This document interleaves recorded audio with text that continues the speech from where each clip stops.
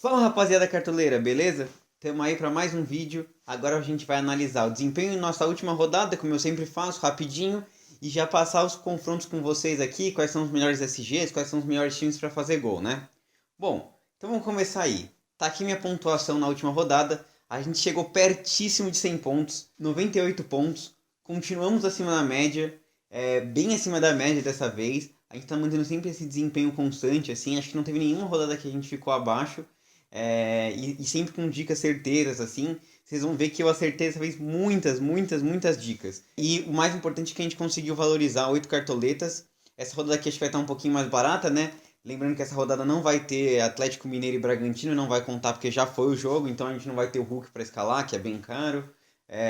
O Caleri vai ter um jogo difícil, enfim. Pode ser que seja uma rodada mais tranquila aí de preço, né? Mas de qualquer jeito é importante a gente valorizar, a gente viu como as cartoletas fazem falta. Então vamos ali analisar nosso time. Bom, começando pelo gol, nosso goleiro foi o Hugo Souza, né? Eu acho que foi uma posição que faltou cartoleta, mas mesmo assim, todos os goleiros que eu dei de dica, a maioria não foi bem, que tinham potencial de defesa, acabaram não fazendo defesa. O Hugo Souza até fez 3 defesas, mas acabou tomando 2 gols, tomou amarelo e foi um pouco mal. Mas era um goleiro baratinho que a gente achou que podia ser interessante e escalamos ele. Acabou fazendo 0 pontos e não nem entrou no time, na verdade, né? A gente usou a estratégia do anti-negativo. Nas laterais, a gente escalou o Jorge por causa das cartoletas, ele custava muito pouco, né? Manteve o SG, ele tá meio mal de scouts, né? Acabou fazendo 5.3. Enfim, pelo potencial que ele tinha de SG e pelo preço barato, acho que foi uma boa, né? Nosso outro lateral, o Saravia, monstro. Eu falei que o Fortaleza vinha cedendo ponto para lateral direito. O Saravia é um cara que conquista com desarmes. Ele fez 5.10 sem SG, ou seja, se ele tivesse segurado SG era 10 pontos. Então acho que foi uma análise que bateu muito. E outra análise que bateu, mas a gente não teve cartoleta, isso foi uma pena, foi o Egídio. Eu falei aqui que o América Mineiro cedia muito ponto pro lateral esquerdo. Falei que o Egídio conquistava desarme, que o Egídio era um cara da bola parada, ele acabou dando assistência, desarmou bastante, segurou o SG, enfim, mitada do Egídio, mais de 15 pontos. A gente podia ter ido com ele. Na zaga também a gente foi muito bem. Falei do Nathan Silva e do Arboleda, foram meus dois zagueiros. Falei da potencial de SG e da bola aérea, né? O Arboleda deu uma bola na trave. Também foi uma grata surpresa que o Arboleda desarmou muito, mas além disso ele participou também do jogo ofensivo. O São Paulo acabou não segurando esse jeito, tomou um golzinho, né? Isso foi uma pena, senão ele tinha mitado mais. E o Nathan Silva passou muito perto de fazer o gol. Ele cabeceou, o goleiro espalmou, a bola bateu no Marlon Freitas e entrou, né? Então foi por pouquinho. E a gente falou do Raul Gustavo também aqui no canal. Vocês podem ver as dicas. Eu não falo de todo mundo, eu dou umas 5 dicas só por posição e pra vocês verem como tá batendo. Falando do Raul Gustavo, ele fez 11.10, fez o gol, manteve a média de desarmes dele de 2 desarmes por jogo. Eu assisti o jogo contra o Boca ontem do Corinthians e ele vem mantendo essa média, então muito legal. No meio de campo, eu falei que tinham 5 opções para rodada, era só essas 5 que eu achava que eram boas. E das 5, 4 foram muito bem. Eu falei do Andrei, do Arrascaeta, do Veiga, do Nacho e do Zé Rafael. E a gente escalou Zé Rafael, Nacho e Veiga. Acabamos não indo com a Arrascaeta. O único que não foi bem foi o que eu botei no time. Mas pra vocês verem que assim, a análise tá batendo, né? Tô acertando as análises. E nesse jogo eu tinha colocado o Zé Rafael porque o Bragantino vinha acendendo ponto para todos os volantes. E cedeu de novo pro Danilo. Só que a gente errou o volante. Futebol às vezes tem dessa, né? Mas a nossa análise tá batendo. Então acertamos muito no meio. No ataque, Hulk e Caleri, eu falei que não tinha como deixar de fora, que era a chance de gol quase certa. Os dois fizeram gol, 11.10 pro Hulk, 14.90 pro Caleri, era nosso capitão, muito bom.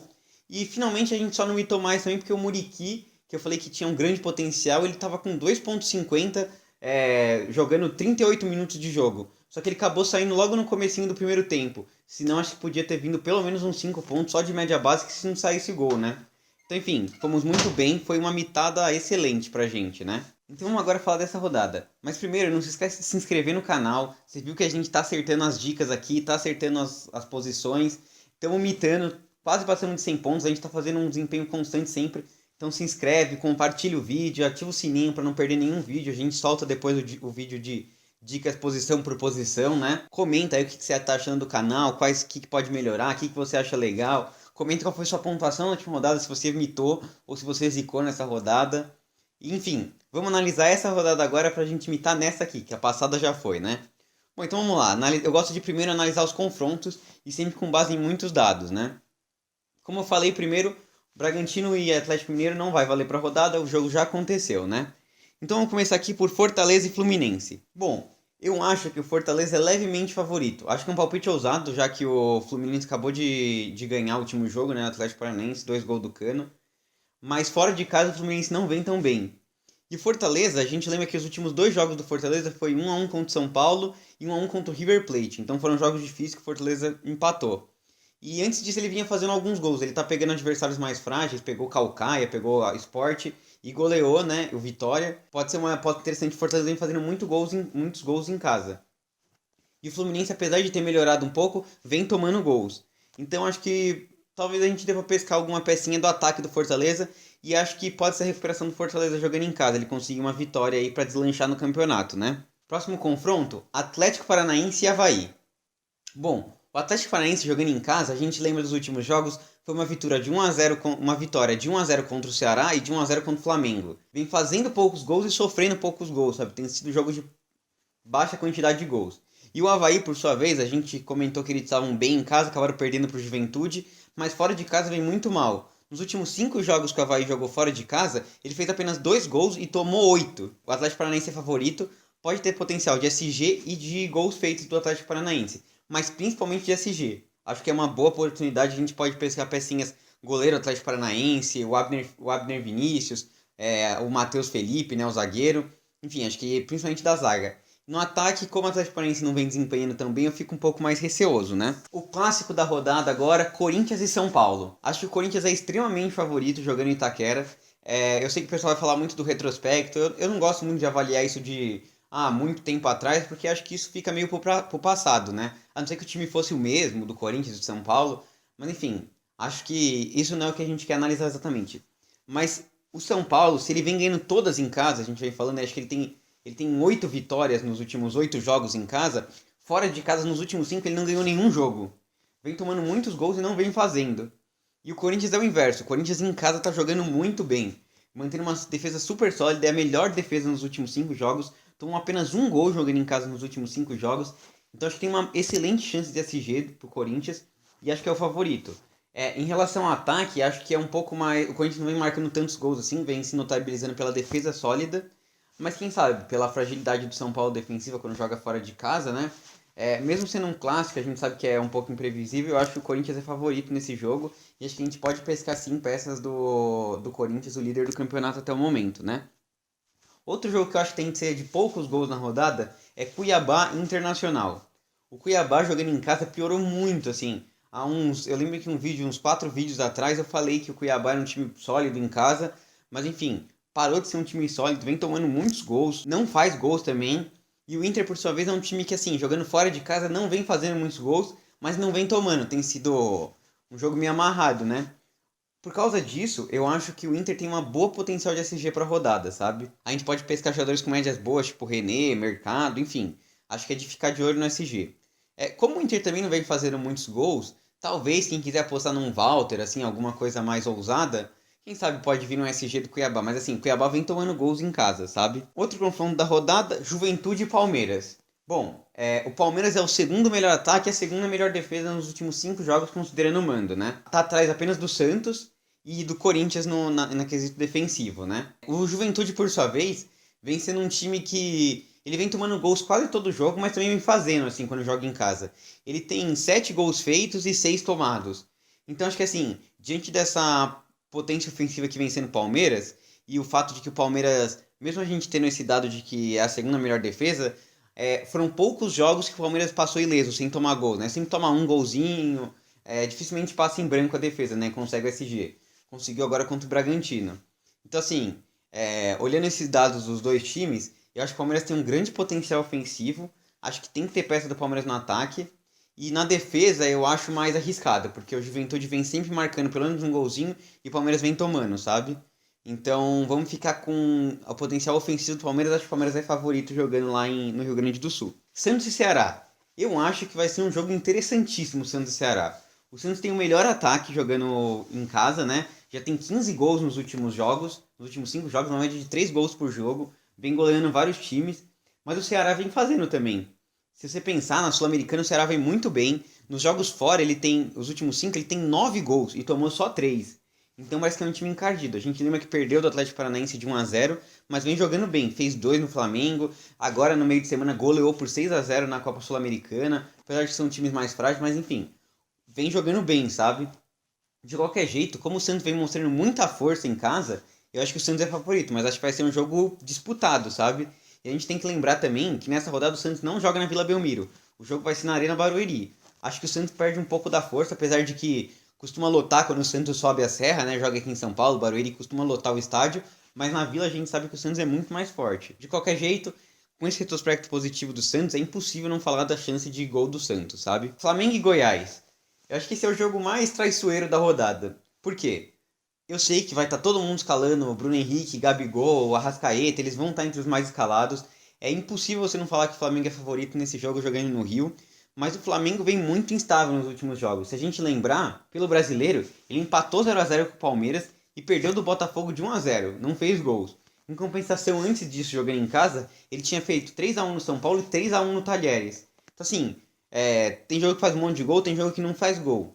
Por isso que eu digo que aqui a gente vai ter que fazer uma gerência de riscos. A gente vai ter que pescar a peça do Flamengo, porque não ir com ninguém é arriscado, porque vai que os caras mitam e todo mundo faz um monte de ponta e a gente não tem eles. Mas a gente vai ter que pensar bem, porque eu não sei se vai ser um jogo tão fácil. O Flamengo vem sofrendo aí com essa questão do Paulo Souza, do Jorge Jesus. O Gabigol não fez só um gol no campeonato, tá com uma média horrível de menos de 3 pontos por rodada. Mas enfim, vamos ter que dar uma analisada bem detalhada nesse confronto, porque acho que não vai ser tão fácil assim. Apesar disso, como o Goiás vem tomando muitos gols e vem muito mal o Goiás no campeonato, acho que é impossível você não citar o Flamengo como um dos times favoritos para a rodada, né? Atlético Goianiense e Coxa, o Curitiba, fora de casa, é o time que mais tomou gol. Tomou 10 gols nos últimos jogos. É uma média de 2 gols por jogo sofrido. Eu não consigo entender por que tem essa diferença tanto em casa e fora, né? Mas enfim, por causa disso, e porque o Atlético Goianiense vem mantendo meio que a média ali no campeonato, acho que vale a pena a gente pescar uma dica ousada aí do Atlético Goianiense pro ataque. Mas assim, acho que vai ser um jogo de gols, assim. O Curitiba vem tomando muitos gols, mas vem fazendo também, né? Já fez 6 gols nos últimos 5 jogos quando joga fora. Acho que tem pra ser um jogo movimentado e quem sabe a gente pode buscar um jogador com uma média um pouquinho melhor, que participa de gols no Atlético Goianiense, né? Será que um Marlon Freitas, um Wellington Rato? Vamos ver. Finalmente, o último jogo aqui, América Mineiro e Botafogo. Eu acho que tem que ser um jogo de muitos gols. Pra vocês terem uma ideia, nos últimos 5 jogos jogando em casa, o América Mineiro tem 10 gols. E nos últimos 5 jogos jogando fora de casa, o Botafogo tem 10 gols. Ou seja, estão com uma média alta de gols. O Botafogo está um momento melhor no campeonato, entrou no G4, e isso se deve muito porque, além de fazer muitos gols, nos últimos 5 jogos fora, o Botafogo só tomou 3. E o América já tomou muito mais, tomou 7 gols. Então acho que a gente pode tentar pescar alguma pecinha ofensiva do Botafogo também, e mais ousada se for do América Mineiro. Acho que deve ser um jogo de gols. E meu aposta ousada é que vai ser favoritismo pro Botafogo. Acho que o Botafogo ganha esse jogo. Talvez um 2-1 ali, um jogo movimentado. Bom, para finalizar aqui o vídeo que eu sempre trago para vocês, os melhores SGs e os melhores ataques. Para isso eu trago o gráfico de SG aqui e o de gols. Bom, primeiro o gráfico de SG, vocês podem olhar aí na tela, tá aparecendo para vocês. Eu quero um time que esteja para baixo e para esquerda. É um time que toma poucos gols e que o adversário faz poucos gols. Então, resumindo para vocês aqui, minhas indicações de SG para a rodada são Corinthians, a melhor defesa dos últimos jogos, Atlético Paranaense, porque o Avaí vem fazendo poucos gols, Internacional de Porto Alegre, também porque o Cuiabá vem fazendo poucos gols, e Palmeiras e Flamengo. O Palmeiras porque vem mantendo uma solidez defensiva, né? Apesar de que sempre toma um gol ou outro, mas enfim, acho que é uma chance de SG legal. E o Flamengo porque o Goiás, principalmente, vem mal fora de casa, vem fazendo poucos gols, sabe? Se vocês olharem aí no gráfico, são times que estão bem para baixo, assim, no gráfico, né? Que o adversário faz poucos gols. Acho que são essas dicas. Acho que uma dica um pouco mais ousada pode ser o Fortaleza. O Fluminense melhorou, mas enfim, jogando fora ainda vem fazendo poucos gols e o Fortaleza vem mantendo uma defesa sólida, apesar de que foram contra times mais fracos, né? E vamos agora para a chance de gol, que é o outro gráfico que está aparecendo para vocês, que agora eu quero o inverso. Eu quero um time que esteja para a direita e para cima, que é um time que faz muitos gols e o adversário toma muitos gols também. Bom, primeiro acho que é impossível não indicar o Santos, né, que é o time que mais fez gol nos últimos jogos. O Palmeiras também, porque o Juventude vem tomando e o Palmeiras vem fazendo. Atlético Goianiense nessa aposta ousadíssima, porque principalmente o Curitiba vem tomando muitos gols, média de 2 gols sofridos por jogos. O Flamengo, apesar de que aqui a gente olhar no gráfico, o Flamengo não tá para direita e para cima, ele tá mais para cima porque o Goiás vem sofrendo, Mas assim, é difícil de duvidar do potencial ofensivo do Flamengo, né? Vamos torcer para voltar às médias antigas aí de 3 gols por jogo, 2 gols por jogo, né? E finalmente, fechando as dicas de ataque aqui, acho que o Fortaleza. Eu fiquei uma dúvida entre Fortaleza e Atlético Paranaense, né? O Avaí vem tomando muito gols, mas o Atlético Paranaense não vem fazendo. Quem sabe pescar um Terãs aí, um jogador que participa mais de gols. Mas acho que de modo geral, ofensivamente falando, acho que o Fortaleza tem mais chance de gols, então a gente vai estar indicando como quinta indicação o time cearense. Então era isso que eu queria trazer para vocês nesse vídeo aqui. Vai sair o vídeo de dicas aqui posição por posição, então não esquece de se inscrever. A gente tá cravando muito as dicas, tá com uma pontuação excelente. É só a chance de seguir a gente, vir pra mitada, vir assumir a liderança nas suas ligas. Falou, rapaziada cartoleira, tamo junto, até o próximo vídeo.